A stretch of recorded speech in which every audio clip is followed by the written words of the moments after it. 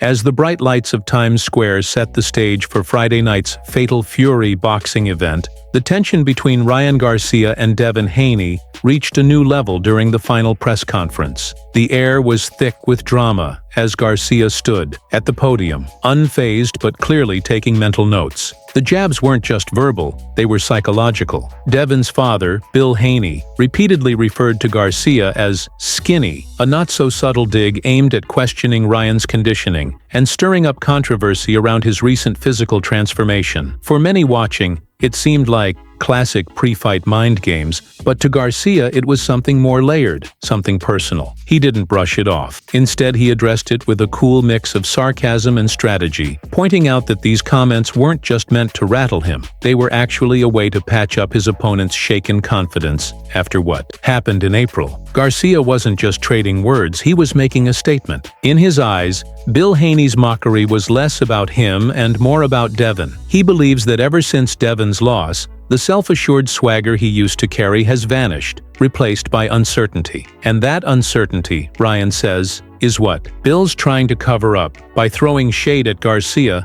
Bill is trying to pump life back into his son's confidence. But Ryan didn't stop there. He also suspects the Haneys are playing a longer game, planting seeds for the rumored October rematch. From Garcia's perspective, these mind games are more about selling that future fight than building up this weekend's card. They're trying to build something they're not sure will happen, he said with a smirk. They want to spark the fire again, hoping they can convince people that last time was a fluke. But boxing fans remember. When asked about the press conference dust-up and the PED accusations floating around, Garcia didn't hold back. He brought clarity to what he felt was an obvious deflection tactic. He said, "I looked skinny and tried to use that to claim I was on something," Ryan told Fight Hub TV. "But if I really did something illegal, why is he so obsessed with proving it? Why is he so desperate to believe that?" The subtext was clear. Garcia thinks the Haneys can't accept the loss for what it was. In his eyes, there was no magic, no enhancement, no shortcuts, just repeated clean shots and fundamentals. He shrugged off the criticism, saying the PED talk is a smokescreen, a way to avoid facing the technical breakdown that actually took place. He got hit with the same shot a million times. That's not drugs, that's boxing, Ryan emphasized, reinforcing the idea that what happened in the ring had everything to do with skill and nothing else. Garcia also opened up about a challenge he admits has been ongoing in his career: making weight. Unlike most fighters in the 140-pound division,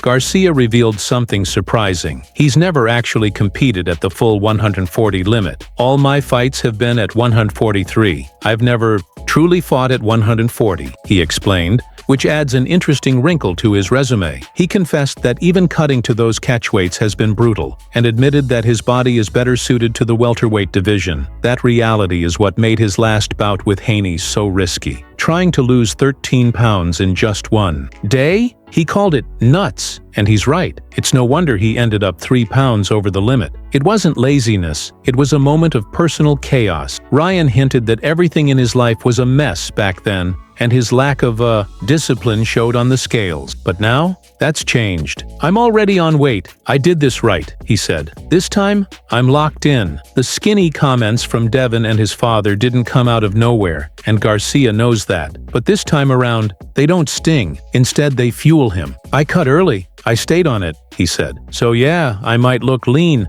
but that's because I'm ready. They're just trying to convince themselves that I'm weak so they can believe Devin has a shot." Ryan believes that's the real narrative here. Bill isn't trash-talking for hype. He's doing it because his son needs reassurance. "His son doesn't believe in himself right now," Garcia said firmly. "So Bill's grabbing at anything to pump him up, trying to find any edge, any narrative that makes Devin feel like he didn't just get flatlined." Garcia didn't sound bitter. If anything, he sounded like a man who's already processed what happened and is moving on, focused on Romero, not lingering on Haney. But of course, Ryan knows the Haney fight is lurking in the background. It's the rematch everyone's talking about, and if both men win Friday night, there's little doubt Dazn and the promoters will push hard to make it happen. Garcia isn't blind to that. He understands how this game works. but he's also not rushing to it. Right now, his eyes are on Rolando "Raleigh" Romero, who's bringing his own chaos, unpredictability, and loud personality to the table. "People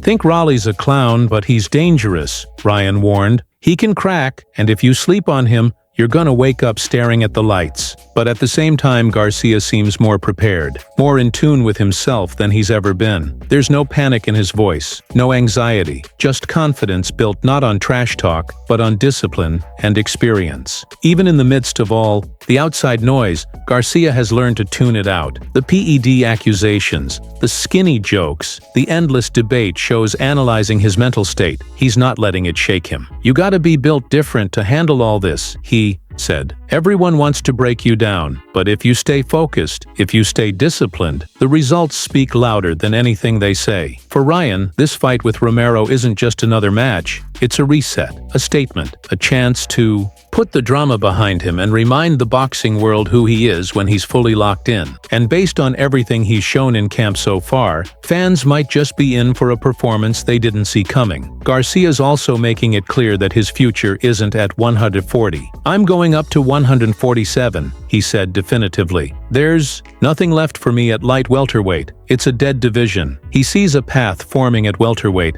especially as stars like Jaron Ennis eventually move up to 154. Garcia believes he can own that space, and not just with flair, but with real dominance. He wants to make a statement this Friday, not just for the crowd at Times Square or the millions watching on DAZN, but for the entire boxing landscape, to show that his win over Haney wasn't luck, and that his next chapter is just getting started. Whether it's knocking out Raleigh Romero or setting the tone for a blockbuster fall rematch, Garcia's eyes are locked on the future, and for once, everything feels like it's under control.